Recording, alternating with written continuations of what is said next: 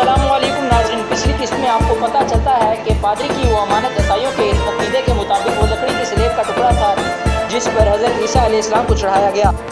दूसरी तरफ सैल्वो घात लगाकर काई कबीले की ख़वातीन पर हमला कर देता है, जिसमें बाला खतून पूरी तरह से ज़ख्मी हो जाती हैं। चलिए अब नई किस्त का आगाज़ करते हैं। इस किस्त के आगाज़ में उस्मान की दूसरी बीवी चिल्लाते हुए कबीले में दाखिल होती है और उस्मान ये देखकर बाला की तरफ दौड़ता है और उस्मान पूछता है ये किसने किया।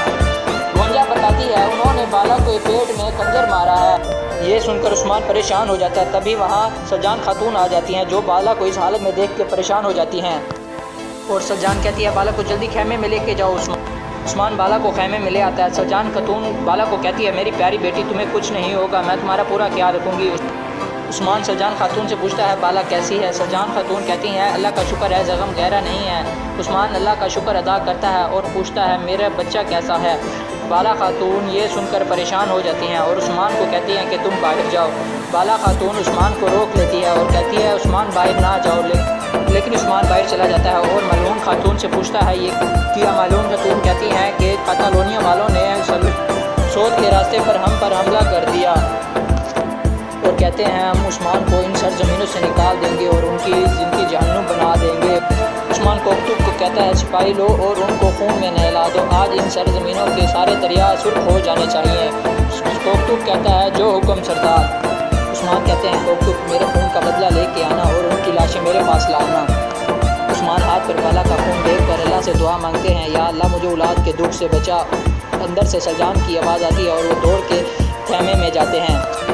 रुका दोस्त किसी सोच में बैठा होता है कि इतने में उसका सिपाही आता है और कहता है मैं उस आदमी से मिल आया जिसका आपने कहा था, मैंने आपका पैगाम उस तक पहुंचा दिया। रुका दोस्त कहता है उसने क्या कहा। वो कहते हैं जैसे आप पादरी के दोस्त हैं मैं भी वैसा ही पादरी का दोस्त हूँ, मैं आपकी भरपूर मदद करूँगा। उन्होंने कहा कि मैं जानने की कोशिश करूँगा कि पादरी ने उनके पास पनाह क्यों ली। रुका दोस्त कहता है अच्छा। कुरान एक मुकाम पर कहते हैं जेर खुदाई के बगैर जंग अधूरी है। भाई सुंगुर पूछता है कि वो और आइबुल हैं कहाँ। कोकतुब कहता है भाई उस्मान ने उन्हें कोई फरीज़ा अंजाम देने के लिए भेजा है, इसके अलावा मुझे कुछ नहीं मालूम। और कोकतुब कहता है कातालोनिया वाले अपने ठिकाने पर जाने के लिए यही रास्ता इस्तेमाल करते हैं भाइयों। कुरान कहता है आज हम उन्हें खून के आंसू रुलाएंगे। इतनी देर में सिपाही आके कहता है कातालोनिया वाले आ गए हैं। कोकतुब कहता है भाइयों अपनी जगह संभाल लो। कई कबीले के सिपाही घात लगा के बैठे थे कि इतने में पीछे से तीर बरसना शुरू हो जाते हैं और कोकतुब कहता है भाइयों संभालो अपने आप को, ये घात है। कातालोनिया का कमांडर सामने आ जाता है और कहता है हमला करो। इस तरह एक खूनी जंग शुरू हो जाती है। काफ़ी लड़ाई के बाद कातालोनिया का कमांडर कहता है रुक जाओ और यूं उसके सिपाही रुक जाते हैं। कातालोनिया का कमांडर कहता है उस्मान नहीं आया और यूं काई कबीले के साथी अपना रास्ता बना रहे होते हैं। कातालोनिया का कमांडर कहता है अगली बार अपने सरदार को भी साथ लेके आना। कोकतुब कहता है अगली बार हम तुम्हें नहीं छोड़ेंगे। उस्मान खेमे के अंदर दाखिल होता है और अपने बच्चे और बीवी की खैरियत दरियाफ्त करता है। सजान खातून कहती हैं अल्लाह का शुक्र है आपकी बीवी और बच्चा दोनों सही सलामत हैं। बाला खातून रोते हुए सजान खातून से पूछती हैं क्या सच्ची में मेरा बच्चा ठीक है। तो सजान खातून हाँ में सर हिलाती हैं। ये सुनकर उस्मान और बाला दोनों बहुत खुश हो जाते हैं।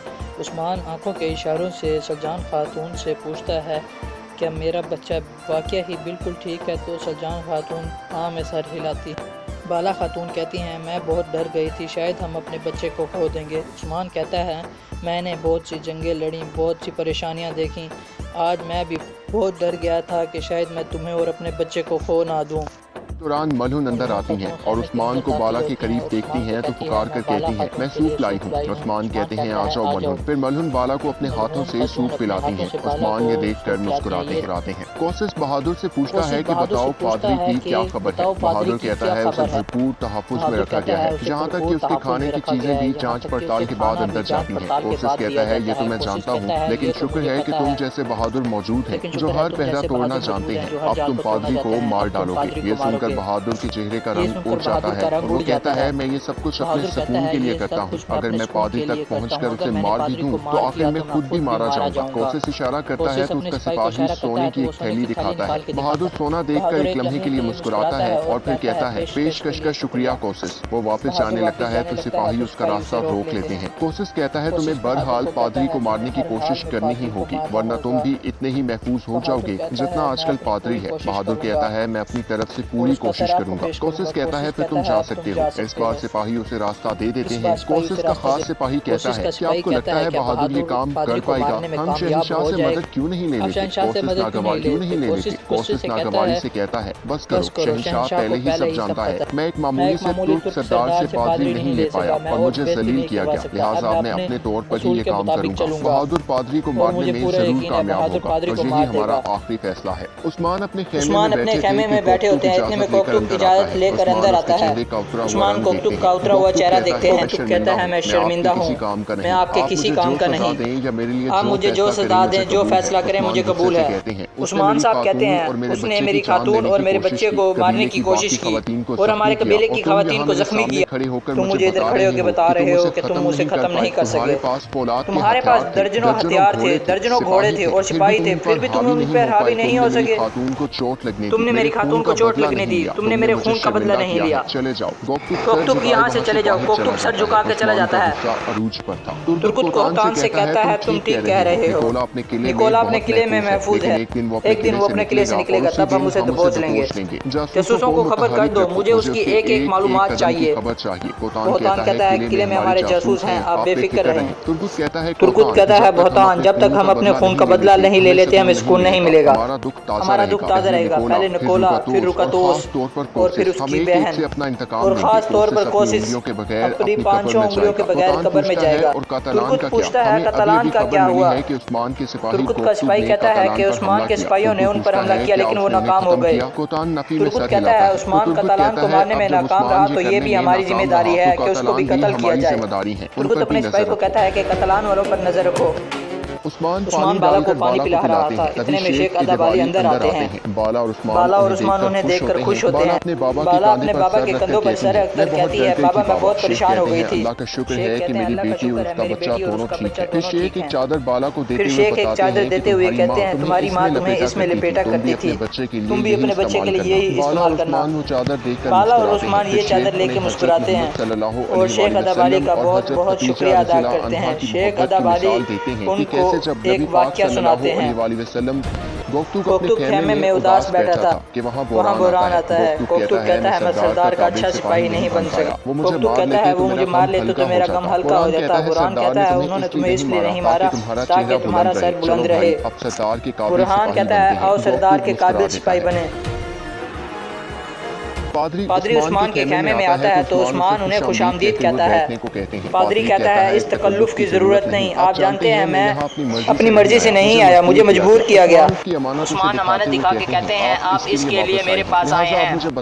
पादरी से बताएं ये क्या है और आपके लिए इतनी जरूरी क्यों है? पादरी साहब कहते हैं ये हमारी खानदान की अमानत है और मुझे ये मेरे दादा ने दी थी। अगर मुझे आप इजाजत दें तो मैं इसे अगली नस्लों तक मुंतकिल करना चाहूँगा। उस्मान कहते हैं ये अमानत आपके लिए इतनी अहम थी कि आपने अपने दोस्त रुकातोस को भी नहीं बताया। वो यहाँ आया था, मैंने उसे कहा कि आप अपनी अमानत लेने के लिए वापस आए हैं। पादरी कहते हैं वो नहीं जानता, उसका इस अमानत से कोई लेना देना नहीं। उस्मान मुस्कुरा कर कहते हैं रुकातोस इसी अमानत के पीछे है। उस्मान कहता है आप अमानत के बगैर जाए, देखें वो आपको कबूल करता है या नहीं। पादरी पूछते हैं आप ये सब क्यों कर रहे हैं? उस्मान कहता है ताकि आपको पता चल सके आप और आपकी अमानत सिर्फ हमारे पास महफूज है।